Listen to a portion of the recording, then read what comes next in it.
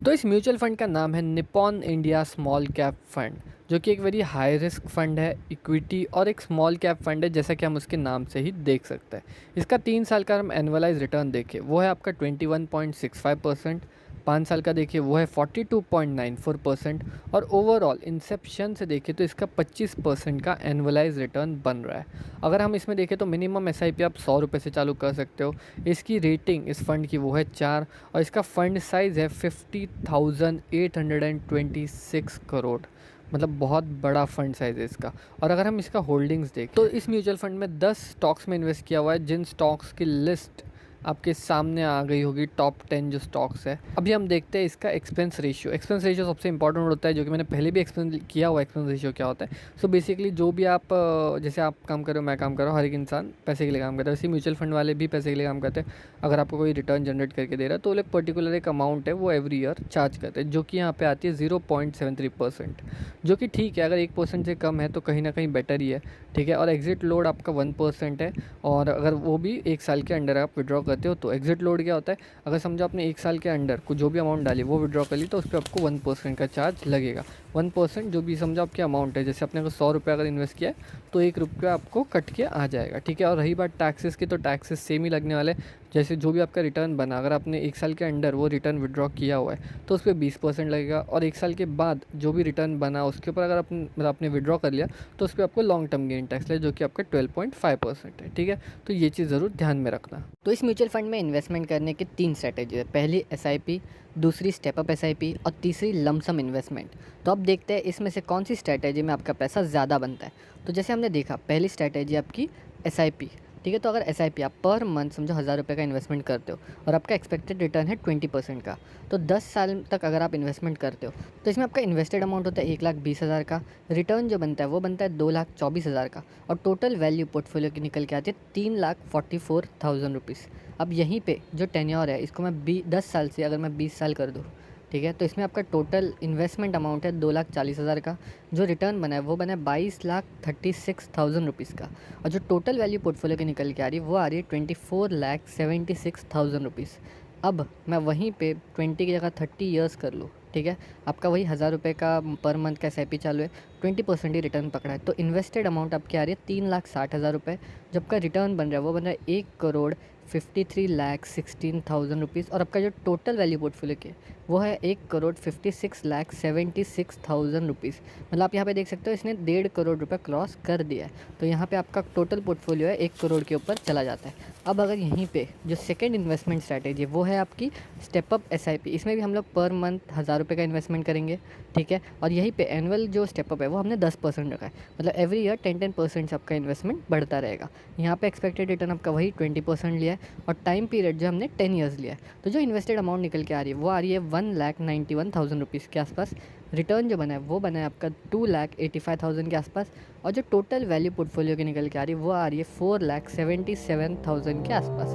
अब यहीं पे जो टेन्योर है इसको मैं अगर 20 साल कर दूँ, ठीक है, तो जो आपकी इन्वेस्टेड अमाउंट है वो आ रही है 6,87,000 के आसपास। रिटर्न जो बना है वो बना है 35,05,000 के आसपास। और जो टोटल वैल्यू पोर्टफोलियो की बनी है वो आई है 41,92,000 के आसपास। मतलब आप देख ही सकते हो यहाँ पे जो रिटर्न है close to close 41 lakh cross कर चुका है। अब यहीं पे मैं 25 ईयर्स ले लूँ तो फिर जो आपका इन्वेस्टेड अमाउंट है वो आ रहा है 11,80,000 के आसपास। जो रिटर्न है वो बना है 1,35,000 के आसपास। और जो टोटल वैल्यू पोर्टफोलियो की बनी है वो बनी है 1,12,16,000 के आसपास। मतलब आप यहाँ पे देख सकते हो 25 साल में आपका 1 करोड़ क्रॉस हो गया। और यहाँ पे अगर मैं 30 साल कर दूँ, ठीक है, तो जो आपकी इन्वेस्टेड अमाउंट है वो है 19,73,000 के आसपास। अब इसमें जो रिटर्न बना है वो बना है 2,71,96,000 के आसपास। और जो टोटल वैल्यू आपकी पोर्टफोलियो की बन रही है वो बन रही है 2,91,70,000 के आसपास। मतलब मोटा मोटा आप देख सकते हो 3 करोड़ के आसपास आपके पोर्टफोलियो की वैल्यू चली जाती है। अब हम देखने वाले जो अपनी तीसरी स्ट्रैटेजी है जो कि होने वाली आपकी लमसम इन्वेस्टमेंट स्ट्रैटेजी, उसे तो लमसम इन्वेस्टमेंट स्ट्रैटेजी में हम लोग वन टाइम इन्वेस्टमेंट करेंगे 50,000 का। जो आपका एक्सपेक्टेड रिटर्न है वो वही रखेंगे 20% का। और अगर मैं टाइम पीरियड देखूँ 10 साल का, तो जो आपका टोटल इन्वेस्टमेंट आ रहा है, ठीक है, इन्वेस्टेड अमाउंट है 50,000, रिटर्न बना है 2,59,000 का। और टोटल वैल्यू पोर्टफोलियो की हो गई वो हो गई 3,09,000 के आसपास। अब मैं इसी को 10 को अगर मैं 20 साल करूँ, ठीक है। तो इन्वेस्टेड अमाउंट आपकी वही 50,000 ही है। जो रिटर्न बना है वो बना है 18,66,000 तक का, और जो टोटल वाली पोर्टफोलियो की निकल के आ रही है वो आ रही है 19,16,000 के आसपास। मतलब आप देख ही सकते हो कहीं ना कहीं हम 20 लाख के आसपास पहुंच चुके हैं। अब इसी को मैं अगर 25 साल ले लूँ तो इन्वेस्टेड अमाउंट है आपकी 50,000, रिटर्न बना हुआ है 47,19,000 के आसपास, और टोटल वैल्यू पोर्टफोलियो की निकल के आ रही है 47,69,000 के आसपास। मतलब आप देख सकते हो क्लोज टू क्लोज आप 50 लाख के आसपास पहुंच चुके हो। अब इसी को अगर मैं 30 साल का टेन्योर देख लूँ तो इन्वेस्टेड अमाउंट है 50,000, रिटर्न आपका बना है 1,18,18,000 के आसपास, और टोटल वैल्यू पोर्टफोलियो की निकल के आ रही है 1,18,68,000 के आसपास। मतलब 30 साल में 50,000 की इन्वेस्टमेंट 20% से 1 करोड़ पार हो जाए। सोचिए अगर आप एक म्यूचुअल फंड में इन्वेस्ट करें लेकिन किसी और को ज़्यादा रिटर्न मिले और आपको कम, तो अगर आप एसआईपी कर रहे हो तो डायरेक्ट प्लान करना चाहिए या रेगुलर प्लान, कौन सा आपके लिए बेस्ट है? रेगुलर प्लान वाले लोग सेम म्यूचुअल फंड में इन्वेस्ट करके कम रिटर्न क्यों कमाते हैं? डायरेक्ट प्लान वाले इन्वेस्टर ज़्यादा पैसा कैसे कमाते हैं, वो भी सेम म्यूचुअल फंड में? बहुत लोग कंफ्यूज होते हैं कि डायरेक्ट और रेगुलर प्लान में फ़र्क होता क्या है। सबसे पहले ये समझना बहुत ज़रूरी है कि डायरेक्ट और रेगुलर प्लान में एक्चुअल डिफरेंस है क्या। अगर हम सिंपल शब्दों में समझें, रेगुलर प्लान में आपको एजेंट या ब्रोकर की सर्विस मिलती है, जबकि डायरेक्ट प्लान में आप खुद इन्वेस्ट करते हैं। अगर हम ये कॉन्सेप्ट थोड़ा समझें तो direct plan directly mutual fund company के थ्रू आप इन्वेस्ट करोगे बिना किसी एजेंट या ब्रोकर के। रेगुलर प्लान में क्या होता है कि जो म्यूचुअल फंड डिस्ट्रीब्यूटर या ब्रोकर के थ्रू आप इन्वेस्ट करते हो, जो कि एक कमीशन चार्ज करता है। रेगुलर प्लान में आपका एक्सपेंस रेशियो ज़्यादा होता है, इसीलिए रिटर्न आपका कम बनता है। अगर हम इसे एक एग्जांपल से समझे तो समझो सेम म्यूचुअल फंड में आप 1 लाख इन्वेस्ट करते हो। डायरेक्ट प्लान में आपको 12% का अगर रिटर्न मिलता है तो आपका 6.5 लाख बनता है 20 सालों में।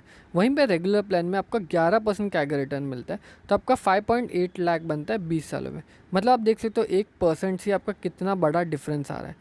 मतलब सेम इन्वेस्टमेंट होने के बाद भी डायरेक्ट प्लान वाले ज़्यादा रिटर्न कमाते हैं। अब देखते हैं कि एक्सपेंस रेशियो रिटर्न को कैसे इम्पैक्ट करता है। अगर आप 20 से 25 साल तक इन्वेस्ट कर रहे हैं तो छोटा सा एक्सपेंस रेशियो भी करोड़ का डिफरेंस ला सकता है। Expense ratio is equal to mutual fund company की फ़ीस। ठीक है, मतलब जो भी वो लोग आपको सर्विस दे रहे हैं उसकी वो लोग आपको फ़ीस चार्ज कर रहे हैं। रेगुलर प्लान में एक्सपेंस रेशियो ज़्यादा होता है क्योंकि उनको ब्रोकर का कमीशन भी इंक्लूडेड होता है।